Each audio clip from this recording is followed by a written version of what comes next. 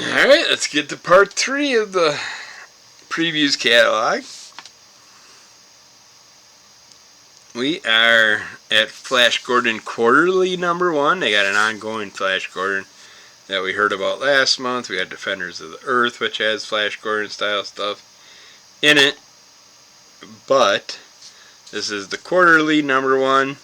The Fall of King Bolton expands upon Mad Cave Studios' Flash Gordon ongoing series with a father and son tale that brings deadly mercenaries to Sky City. It's fight or flight in more ways than one. This issue also features 2 Flash fiction stories.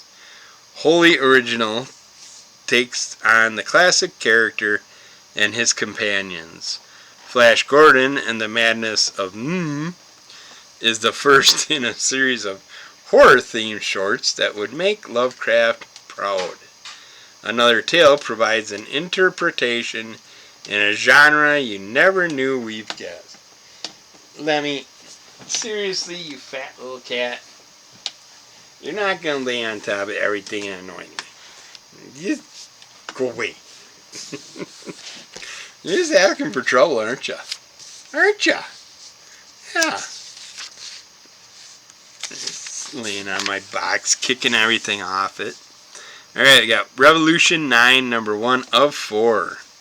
After years as an assassin for the Order of Nine, an ancient order dating back almost 3,000 years, Velveteen has turned her back on the very organization that saved her. Tasked with the murder of otherwise innocent hacker Jasper Dean, she sets off to save his life and discover the terrible secret that marked him for death. I gotta give the annoyance a little treat. Let's see if that will keep him off me for a while. With the entire order after them, Velveteen and Jasper must escape their grasp and prevent them from toppling society as we know it. Revolution 9 is the first thrilling title in an Underworld all-new universe created by Mark London. So it's an ongoing universe that they're doing a bunch of stuff with. We got the Body Trade number 1. Kim Krillick is a divorced ex-con who's trying to atone. However, his short temper tends to get the best of him. When he returns to Florida to bury his estranged son, he's sickened to find an empty grave. His son's remains were sold into the body trade. Armed with righteous fury, Kim sets out to reclaim his child's corpse. But one act of vengeance causes everything to spiral out of control. The Body Trade is an unrelenting revenge story set against the backdrop of America's aftermarket for dead bodies. It's like the person's dead. The body has no use. It's like, does it really matter if body parts get used to actually help someone? Is that bad? We got Dark Empty Void number 1 of 5.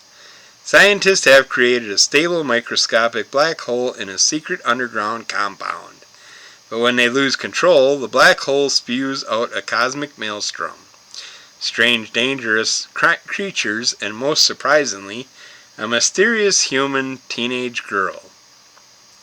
Now a depressed but brilliant psychologist must help her estranged husband and the other scientist solve the mystery and close the black hole before it consumes all of Earth. Dare to witness a cosmic horror series that will amaze and terrify you. I mean, it's basically what we have in Europe in the underground. What's it called? I can't even say the word. Slider. Stupid thing where we're trying to recreate the Big Bang, and we're doing it in the center, in underground in our Earth, and we're trying to recreate a Big Bang, and we've seen black holes and stuff that they've seen, how they've been created and stuff through that, and they keep playing with it. And it's like, really? We're doing that on Earth, our one planet that we can survive on? you're allowed to do this shit on, and all us other humans don't have no opinion over this at all?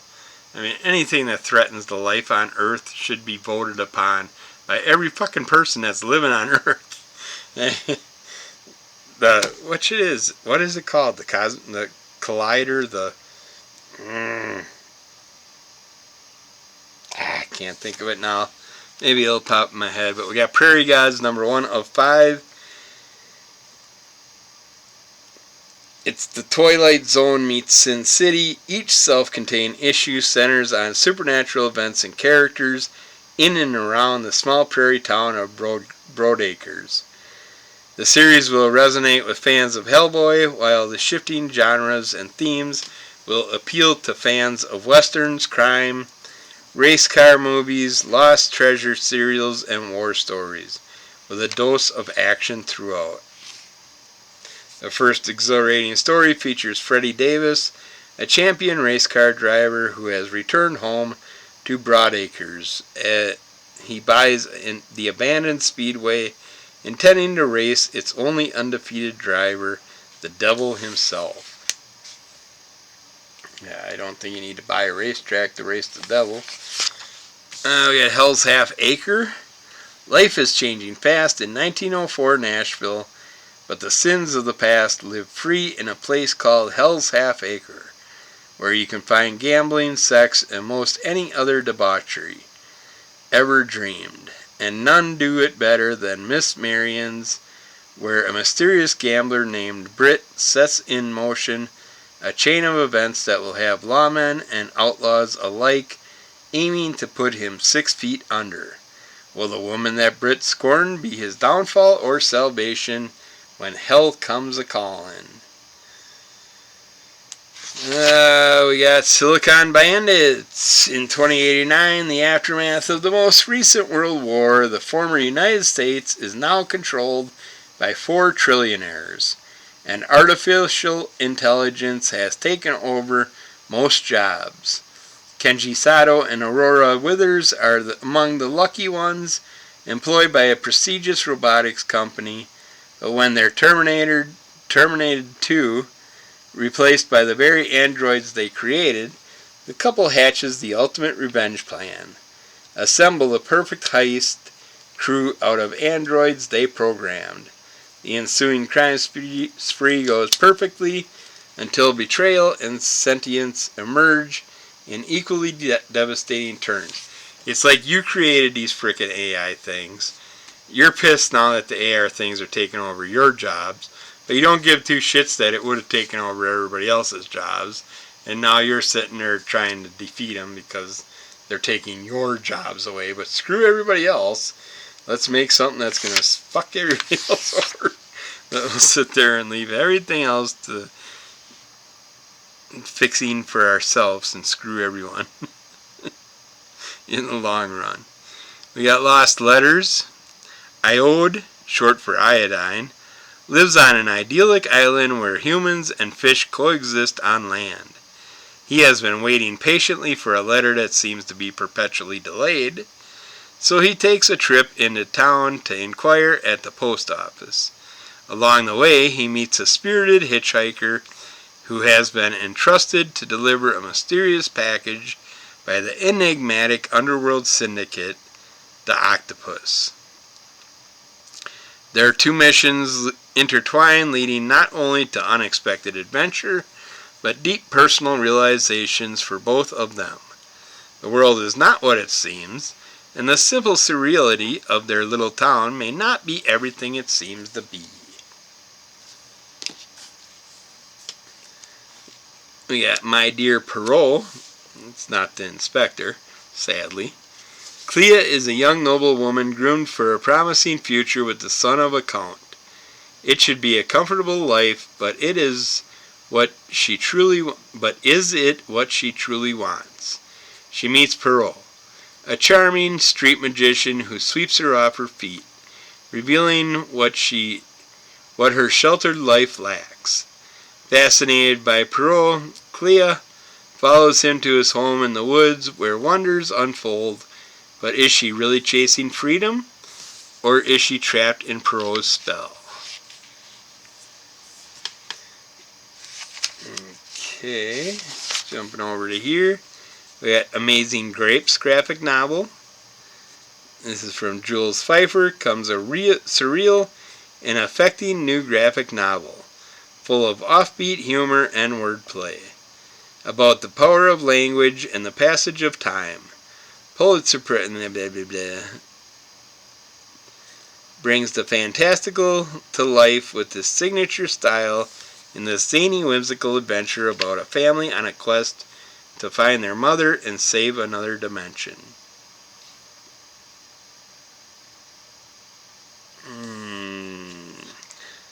All new Henry and Glenn comics and stories. Everyone's favorite aging punk odd couple lights up the page once more in this first all-new Henry and Glenn floppy comic in a decade. Inside you'll find I Don't Want to Be Buried, the first chapter of a brand new story by Tom Neely. Our squabbling, loving heroes have adopted a new cat they named Iggy. Iggy and Henry become best friends, but Glenn has a lot of trouble connecting with the new kitty. Also, Henry gets a cast in a new movie directed by John Twatters. So Glenn gets left home alone with Iggy, and it does not go well. You'll also find a retrospective of Henry and Glenn lore and collectibles, and a comic short, True Tale of Henry and Glenn, featuring the time Tom sat on a plane next to the drummer for Sam Hain, plus a cameo from Henry and Glenn's neighbors, Daryl and John, and some spicy new pinups, including a back cover pinup by Justin Hale. It's only $5, so I might check it out. I'm curious about it. They got a little Peanuts parody on the cover. We'll see. We got The Autumn Kingdom, #1 of 4. Best-selling author Andrew Keir found the perfect place to finish his latest dark fantasy novel. An idyllic remote cabin on the edge of a lush Swedish forest. His young daughters, Summer and Winter, gleefully explore until they happen upon a strange clearing of ancient statues, goblins, dwarfs, elves, and a warrior queen, mysteriously missing her sword hand and weapon. When something sinister follows the girls home and viciously snatches their parents in the night, the sisters' only hope may be that ancient relic lost in the forest underbrush, waiting for a new champion to take it up. I need a swig of water. I got a super scratchy throat. There's some interesting covers there.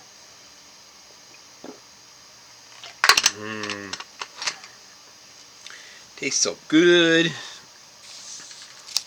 Alright. We got a Rick and Morty Rick or Treat Halloween special. As you can imagine, another Rick and Morty story. Give it some Halloween stuff. We got a little Necronomicon play on the cover there. Rick is hard at work in the garage, but Morty just won't stop yapping. So he opens up a portal and brings in a weird gothy looking girl named Lil Wigsley. Rick explains that Lil Wigsley will tell Morty stories if he'll shut up and listen. But these aren't just any old stories. They're horrifically banal. But it soon becomes clear that Rick and sister Lil Wigsley's intent to distract Morty is more terrifying than tepid tales they've been spinning. We got a big jump here. Come on, almost got it. Dr. Seuss, The Grinch Takes a Vacation. After Art Baltazar did his Dr. Seuss book, I assume there's going to be a variety of other people putting out books. So until Baltazar gets back, we'll have to see what everybody else does. This is by Katie Van Dorn. Everyone's favorite holiday grump is back and starring in his very own chapter book graphic novel. It's vacation time in Whoville. But the Grinch doesn't understand. What is a vacation? Determined to learn what the Who's seem so excited about, the Grinch decides to give a vacation a try. Unfortunately, the mountains are too snowy, the beach is too sandy, and the theme park is too loud. Vacations just might not be something that Grinches do. Thankfully, his dog Max isn't letting the Grinch give up that quickly. Will there be some fun in the sun for everyone's favorite Grinch? Or is the Who's favorite grumpy neighbor doomed to stay home? I don't know, I kind of want to find out more about that. Ever since Art Baltazar did his. So we'll have to see. There's also a How the Grinch Stole Christmas coloring book. There's a Barbie coloring book for people. There's a Wednesday cookbook for Addams Family fans. We got Tonga vs. the Kaiju of Chimera graphic novel. Wandering space goddess Tonga receives a warm welcome on a planet with a big problem. Will she help or somehow make matters worse? Super Snack is done by Kevin McGuire. The Deadpool Chimichanga Talking Bust, an illustrated book. Some video game stuff out there. There's Ghostbusters Light Up Slimer with motion activated sound. Yeah, it's a pretty hefty price on him though. Alright. Let's see, you got Rocky Horror Cookbook. Spy Ninja. Nope, that's volume 3. American Chop Suey graphic novel. Commercial Space One-Shot. Oversized one-shot at a discounted price. Welcome to the Sun and Fun Office Park.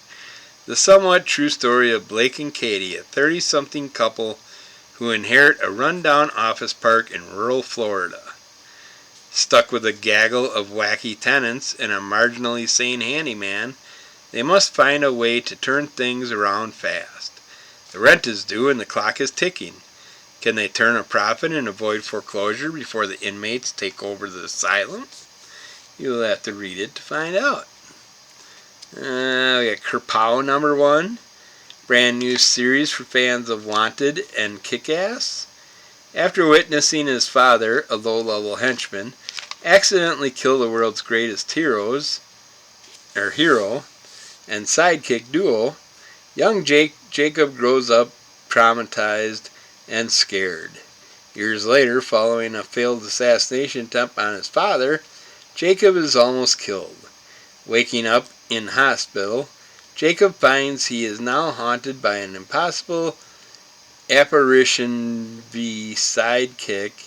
Together they will attempt to bring down his father's criminal empire. We got Mitch #1 Nonstop Edition. We got Mom Breaks the Internet. Mullet Cop stuff. Rest in Peace Yule Ghoul One Shot. What would you do if your favorite holiday was supposed to be Halloween, but it was really Christmas? That question has been on Ghoul's mind. In the follow-up to Rest in Peace, the Ghoul, unable to keep his Christmas spirit to himself, decides to throw his first ever haunted holiday party. All monsters invited. I'm sure that would be a fun one. That's Sydney Hammer #1. She's not your average journalist. She's got a magic hammer and she knows how to use it. Join Sydney as she battles gruesome Razzies and uncovers dark secrets involving bionic monkeys in this pulse-pounding, action-packed comic series. Designed for fans of trashy movies, this is your ticket to over-the-top monster-smashing mayhem. Hold on tight, it's hammer time. Alright, we gotta jump over a few pages here. We got John Carpenter's Night Terrors, Blood of the Taken. This is, okay, that's there. I'm trying to get this marked off so I don't have to worry about it. Might be able to finish this off. We got Sand Mandrake Theo, a 500-year-old vampire, has made a new home in a small town in western Massachusetts, stalking its residents in search of just the right humans to spirit away to replace her lost brood. Tonight she thinks she's found the perfect pair with lifelong best friends Ed and Liam, as the two companions find themselves suddenly plunged into Theo's rotting nightmare of a world. They quickly come to understand running isn't an option. After all, when you become one of the undead yourself, where can you call home except with the creature who made you? Ed and Liam must learn to navigate Theo's world if they want to survive it. Dun, dun, dun. Got some other John Carpenter stuff in there. Got Goobers. Clayton Lowe is headed back to his small southern hometown. His new friends from grad school are about to meet his old friends from high school and discover that something may have finally changed in the town where nothing ever changes. Pine Cove is ground zero for an infestation of body-snatching alien bugs. Time to bury the past. It's a new series that's going on. And those have been fun stories, the ones I have checked out, but there are so many of them that I am waiting for a big compendium in the future. Alright, you got Chef Snoopy's recipe book. You got 20 Degrees Past Rigor #1. The Philadelphia universe expands. A zombie outbreak hits the city of Flint, Michigan, only its residents won't take it lightly. I want it, but I'll wait till the trade. Same with Philadelphia. Johnny Gatlin, one shot. The Philadelphia universe expands. Hell's got a new sheriff. So we got a Philadelphia Western story here going on. That's demon related. We got a zombie related one, and then we got Werewolf Frankenstein Special Edition one shot. Frankenstein's monster is already plagued with loneliness and immortality. Now the horror of his existence is compounded with a new curse. Time is running out as the lycanthropy slowly spreads from limb to limb, organ to organ, until it eventually infects his brain and his meager humanity is lost forever. Can he find a cure in time? You'll have to read it to find out. I'm going to circle that one just in case. We're going to jump over to Street Fighter fans. They got a Street Fighter Masters Lily #1 coming out. There's a 2024 Shantae swimsuit special, if you're into that character at all, from manga.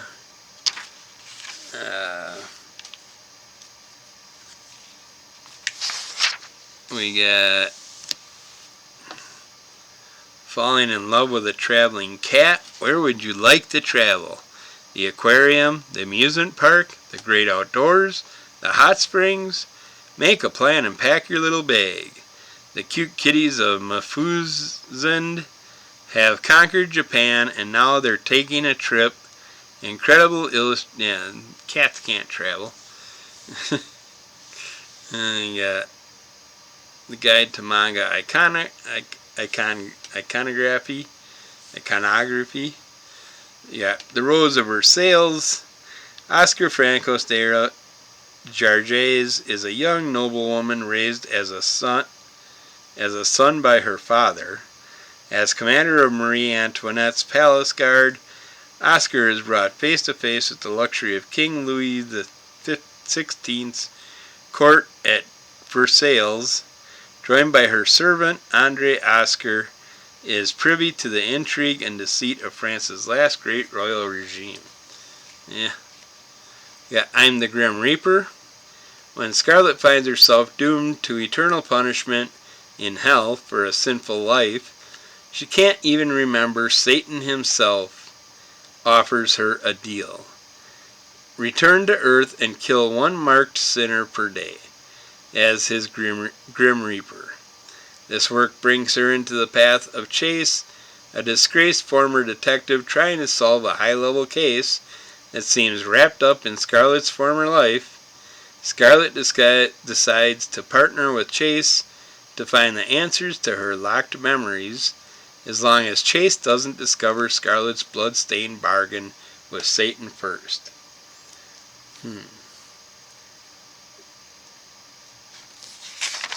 We got Trillion Game. Self-proclaimed world's most selfish man, Haru and timid computer whiz Gaku set out to make $1 trillion. They start the company Trillion Game to accomplish this task and hope to iron out the details as they go. With charm, technical skills, and no business plan, can these unlikely friends reach their lofty goal? This is by Dr. Stone and Crying Freeman. Got the last quarter. Struggling to adapt to life with a new mother and sister after her father's remarriage, Mizuki meets a blue-eyed man playing guitar on the street in Shibuya, and is powerfully drawn to him. How far will she go to see him again? Guess you gotta read it to find out.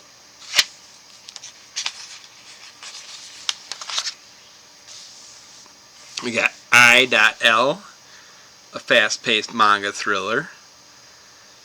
Readers are thrown into the life of Imari Daisaku, a filmmaker whose fanciful creations have fallen of favor in a society dominated by scientific triumphs. However, his life changes forever when he encounters a peculiar group led by Count Alucard, and he receives an extraordinary gift. I.L., a mysterious mannequin with the power of shape-shifting. Didn't we read that earlier? Are we jumping into duplicating stuff now? Not even gonna bother with that then. Alright. And we can jump to the fun stuff. Starting out with the inside cover here has a beautiful layout. If you get Miles Morales, Spider-Man, and Venom, they all go together nicely. All three PVC statues. I believe they're PVCs. But yeah, it's done by Gamerverse, Gallery Diorama, and Marvel. But those go together nicely. They do push together and connect. So if you like those characters, you can check that out. Then we're going to jump over to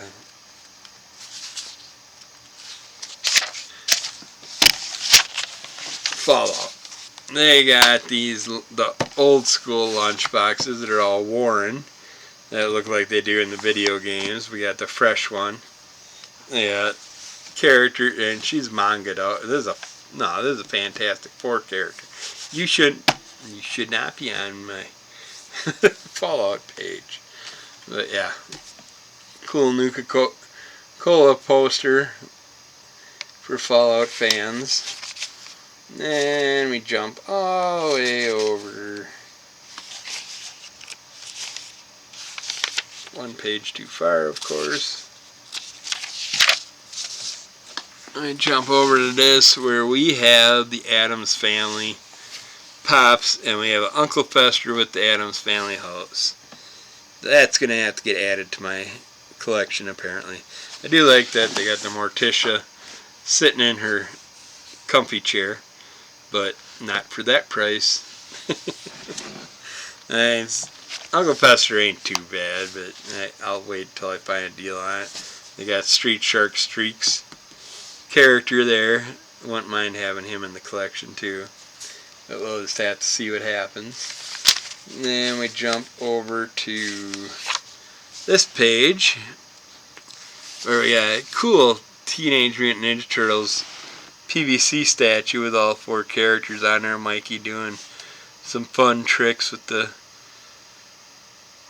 skateboard, but $80? Woo! I guess not. I was interested in adding it to my collection, but not for that much.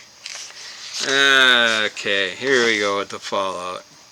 We got the Nuka-Cola Blaster, Bolt Boy character, all kinds of different Fallout fun. Lots and lots of Fallout stuff. I wouldn't mind the Ghoul statue, but not for $60. Not going in for that. Okay, we got the Blues Brothers car with the speaker and everything. That's cool, but again, $105. Not getting my money for that. You guys are just overly greedy with some of these prices. I mean, Jesus, really? All it is die-cast freaking car that all the other die-cast cars you can sell for $25. But just because it's the old Blues Brothers thing, you're going to crank out the price? You realize that most people don't even know who the hell the Blues Brothers are anymore? And then, let's see, we got a bunch of other tins, lunch boxes and stuff. I want mine. Deadpool comes with the thermos, which I like. Other than that, Wednesday doesn't look cool enough to buy, so yeah, maybe Deadpool, maybe a Fallout 1 or 2. But that's it. That's it for this month. We're going to end it there. We're going to end the previews. Hopefully we talked about enough stuff to interest you in getting a few things that you can enjoy. My throat is done. So is my bottle. Gotta get every last drop in there. Don't want to waste a 15th of a shot.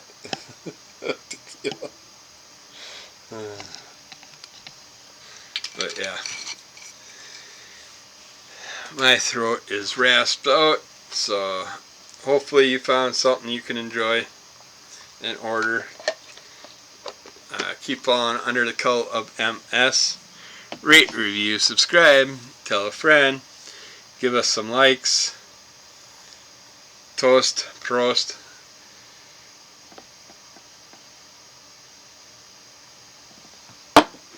Kampai. Woo, that's good. And I'll follow her up a little bit more lemon and try and get her throat back opened up. It's a bummer because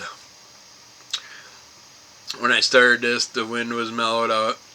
I thought when I was done I could fire up the fire pit and burn out some of the stuff.